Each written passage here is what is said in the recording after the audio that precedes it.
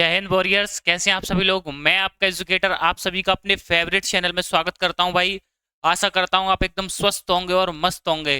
तो without wasting time full concentration effort and dedication के साथ मेरी सभी बातों को ध्यान से सुनते चलेंगे और अपने माइंड में चिपकाते चलेंगे, यानी कि सेट करते चलेंगे। Got it to all. So please listen to me carefully. तो ध्यान से देखिए, जैसे कि मैं आपको बता दूं, क्लास 10th एंड 12th के पास ये बहुत ही ज़्यादा सफिशियंट टाइम है। तो प्लीज़ बिना समय को वेस्ट करते हुए अपनी पढ़ाई पर ध्यान दें, क्योंकि मैं आपको बता दूं, समय के पास इतना समय नहीं होता मेरे दोस्त कि वो आपको दोबारा से समय प्रोवाइड कर सके, यानी कि दोबारा समय दे सके। इसीलिए हमको समय का उपयोग करना है, ना कि दुरुपयोग। Got it. तो यहाँ पे ना मैं कुछ चीजें बता रहा हूँ जो कि ऑफलाइन कोचिंग से रिलेटेड है हमारे लिए। जो हमारी कोचिंग है Shri Parshuram Coaching Centre, Shri Parshuram Academy बोले तो, वहां पर आपका क्लास 10th का, मेरे दोस्त मैं आपको पहले इन्फॉर्मेशन कर दी थी, फिर से आपको एक बार और बता दी जा रही है, ठीक है। क्लास 10th का और क्लास 12th का दोनों का न्यू बैच स्टार्ट हो रहा है। कौन सा दोस्तों? न्यू बैच स्टार्ट हो रहा है, एकदम न्यू बैच। ठीक है, न्यू बैचेज स्टार्ट हो रहे हैं दोनों के, 10th 12th वाले स्टूडेंट्स के। तो प्लीज़ ज़्यादा से ज़्यादा ऑफलाइन बैच में जुड़ें, सभी से मेरा विनम्र निवेदन है। देखिए, मैं आपको बता दूं, देखिए चाहे कोई भी सही, हमारा टीचर सही चाहे पेरेंट्स सही, does not matter, but depend your self. कि देखिए, हमारे हमसे बड़े ना सिर्फ हमको सलाह दे सकते हैं, पर अगर हमें अपना जीवन अच्छा एकदम बेहतरीन बनाना है ना, तो उस डायरेक्शन पर, उस सलाह पर हमको खुद ही चलना होगा, है ना। और चलने की बात है तो कुछ बात आपको मैं ये भी बता दूं कि क्या सफलता पाएगा वो जो रहता निर्भर गैरों पर, मंजिल तो उसके कदमों में है दोस्त जो चलता अपने पैरों पर।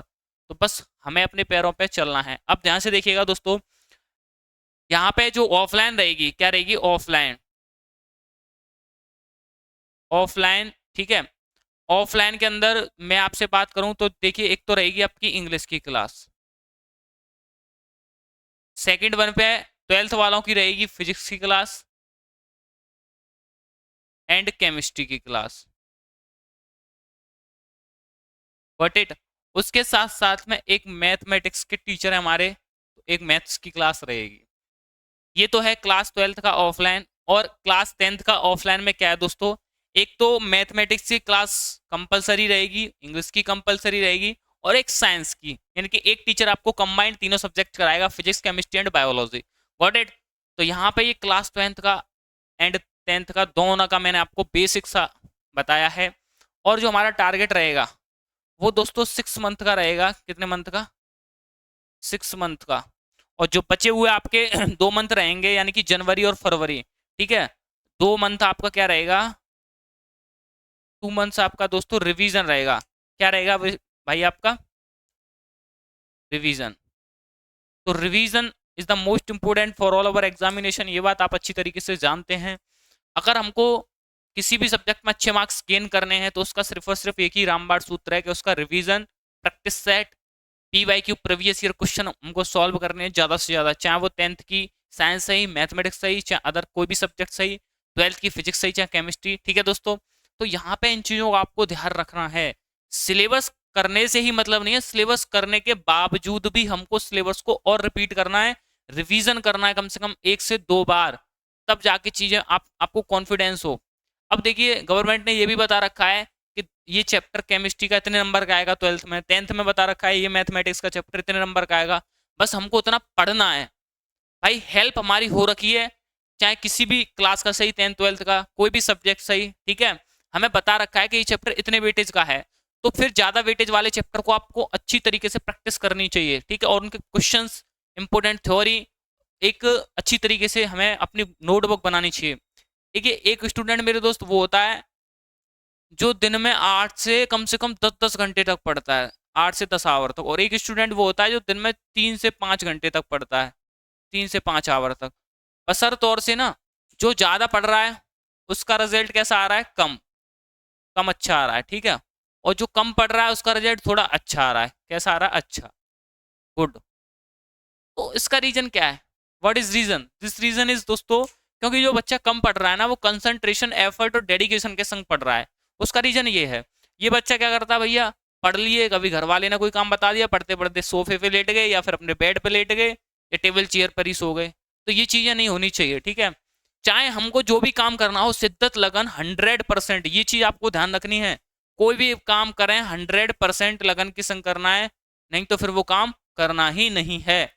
क्योंकि जब तक हम किसी भी काम को 100% तरीके से नहीं करेंगे तो उसका रिजल्ट भी हमारा 100% नहीं आएगा। भाई जितना इनपुट दोगे उतना आउटपुट मिलेगा, सीधी सी बात है, ठीक है। और मैं आपको ये बता रहा हूं कि भाई शिक्षा ना, शिक्षा की वजह से हम कुछ भी हासिल कर सकते हैं। और शिक्षा उस शेरनी का दूध है दोस्तों, जो पिएगा ना वही दहाड़ेगा, और जो नहीं पिएगा वो बिल्कुल भी नहीं दहाड़ेगा।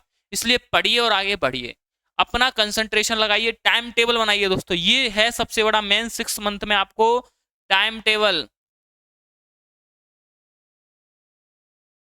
बनाना है। विदाउट टाइम टेबल के कुछ नहीं हो सकता पॉसिबल। कम से कम हर एक सब्जेक्ट को 12th वाले स्टूडेंट्स कम से कम 40 से 50 मिनट 1 घंटा तो दें ही दें कम से कम, ठीक है। जो आपकी वीक सब्जेक्ट है उनको ज्यादा से ज्यादा और टाइम दें, उनका ज्यादा से ज्यादा रिवीजन करें, उनके ज्यादा से ज्यादा क्वेश्चंस रिपीट कराएं, पीवाईक्यू प्रीवियस ईयर क्वेश्चंस लगाएं, जिससे कि आपको एनालिसिस हो कि कौन सा चैप्टर कितनी बार आता है, किस टाइप का क्वेश्चन कितनी बार पूछा गया है, ठीक है। किसी भी सब्जेक्ट का सही आपको एनालिसिस जरूर करना है, देखना है, पता करना है, ठीक है। उसके बाद टाइम टेबल देखिए दोस्तों, मैं सही चाहे कोई भी सही, अगर भगवान भी नीचे आ जाए ना, वो आपको टाइम टेबल बना के दें, बेटा लली लला मैं आपको टाइम टेबल बना के दे रहा हूँ, इस टाइम टेबल से आपको पढ़ना है, ठीक है। तो दोस्त हम भगवान हमें टाइम टेबल बना के दे जाए ना तो हम बड़े खुश होंगे, और भगवान ने टाइम टेबल दिया है, इस टाइम टेबल से चलेंगे तो हमारा 100% सिलेक्शन होगा, ठीक है, 100% अच्छे नंबर आएंगे हमारे। और मैं कहूँ ना भगवान भी टाइम टेबल बना के दे जाए तब भी हम उस टाइम टेबल को 1 दिन 2 दिन फॉलो कर लेंगे, आगे तक नहीं फॉलो कर पाएंगे। अब भाई हमें ही तो पता है, मुझे थोड़ी पता है या किसी टीचर को थोड़ी पता है कि आप 24 घंटे में क्या रामायण करते हैं, क्या महाभारत करते हैं। भाई हम 24 घंटे में क्या काम करते हैं, हम पे कैसा काम रहता है, किस तरीके से अपना 24 घंटे को बिताते हैं, ये हमको ही पता है सेल्फ, ठीक है।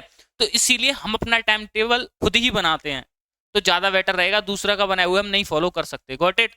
देखिए एक चीज और मैं बता दूं कि अब आपने देखा होगा कोई पत्थर या कोई कंकड़ रास्ते में पड़ा हो, ठीक है, रास्ते में पड़ा होगा ना तो आदमी चलते समय उसमें रास्ते में ठोकर मार देंगे, पैर से साइड में कर देंगे, और उसी पत्थर को ना अगर मंदिर में जाके रख दें, उसी कंकड़ को मंदिर में जाके, उसी ईंट को मंदिर में जाके रख दें, तो फिर लोग उस पर पानी चढ़ाएंगे, जल चढ़ाएंगे, है ना, दूध चढ़ाएंगे, गंगा जल वगैरह, फिर उसको पूजा करेंगे, जय हो जय हो। उसकी वैल्यू बढ़ गई दोस्तों, क्या बढ़ गई उसकी वैल्यू, इज्जत बढ़ गई। अभी तक वो जमीन पे पड़ा था, उसको लोग पैर से फेंक रहे थे, अभी उस मंदिर में रखा है किसी में तो उसकी इज्जत बढ़ गई। क्या रीजन है इसका, व्हाट इज रीजन? क्योंकि दोस्तों उसकी इज्जत बढ़ रही है। कहावत भी आपने सुनी होगी कि रास्ते में पड़े पत्थर को कंकड़ कहते हैं और उसी को शिवालय में रखते हैं तो फिर उसी को शंकर कहते हैं। तो दोस्तों हमारी वैल्यू समाज में, हमारी वैल्यू हमारी फैमिली मेंबर्स में सिर्फ और सिर्फ हमारे सिलेक्शन से बढ़ती है, हमारे अच्छे मार्क्स प्राप्त करने से बढ़ती है, अच्छे नंबर लाने से बढ़ती है, पोजीशन अच्छी होनी चाहिए उससे बढ़ती है, ठीक है। तो प्लीज जितना हो सके आपको कम से कम 6 महीने में थ्योरी वगैरह जो कुछ भी कंप्लीट करना है, एक भी दिन मिस नहीं करना है आपको, बहुत ही अच्छी तरीके से तैयारी करनी है। मैं गारंटी ले रहा हूं दोस्तों, अगर आप कंसंट्रेशन के संग पढ़ें, आप अपना अगर कंसंट्रेशन लगाएं, भाई कंसंट्रेशन के साथ अगर कोई चले, मैं गारंटी दे रहा हूं इस चीज की, तो कम से कम ना 70%, 80% और 90% इनके बीच में आप रहेंगे। जो बच्चा मेहनत कर लेगा वो 90-85 तक पहुंच जाएगा, ठीक है। This is real. So please concentration के साथ पढ़ें, एफर्ट लगाएं, जितना हो सके अपना टाइम दें। अपने आप को ये अंदर से आवाज आनी चाहिए कि भाई हाँ वास्तव में मैं रियलिटी में मेहनत कर रहा हूँ। मैं तो एक बात जानता हूँ, अगर हम पढ़ रहे हैं तो ईमानदारी से पढ़ें, नहीं तो फिर पढ़ें ही मत, क्योंकि फिर उसका रिजल्ट बेकार आएगा। समझ रहे हो मेरे भाई? तो प्लीज अपना करें। ऑफलाइन हमारा बैच स्टार्ट हो ही रहा है, जो बच्चे नियरेस्ट हैं हमारे वो हमारी एकेडमी से आके, कोचिंग से आके जुड़ सकते हैं ऑफलाइन बैच में, ठीक है। देखिए कहीं भी पढ़ें डज नॉट मैटर, पर आपको अपनी कंसंट्रेशन के साथ फिर कह रहा हूं मैं पढ़ना होगा, ठीक है। क्योंकि हम बहाने ढूंढते हैं ना पढ़ने के, और अगर एक पढ़ने का बहाना ढूंढ लेना तो हम कहीं ना कहीं सक्सेस हैं दोस्त। हैं, कहावत आपने सुनी होगी कि हारता वो है जो शिकायत बार बार करता है और जीतता वो है जो कोशिश 1000 बार करता है। तो बस ट्राई एंड ट्राई, ठीक है दोस्तों। मिलते हैं फिर नेक्स्ट लेक्चर में, तब तक के लिए जय हिंद, जय श्री राम, जय Shri Parshuram, bye bye, take care.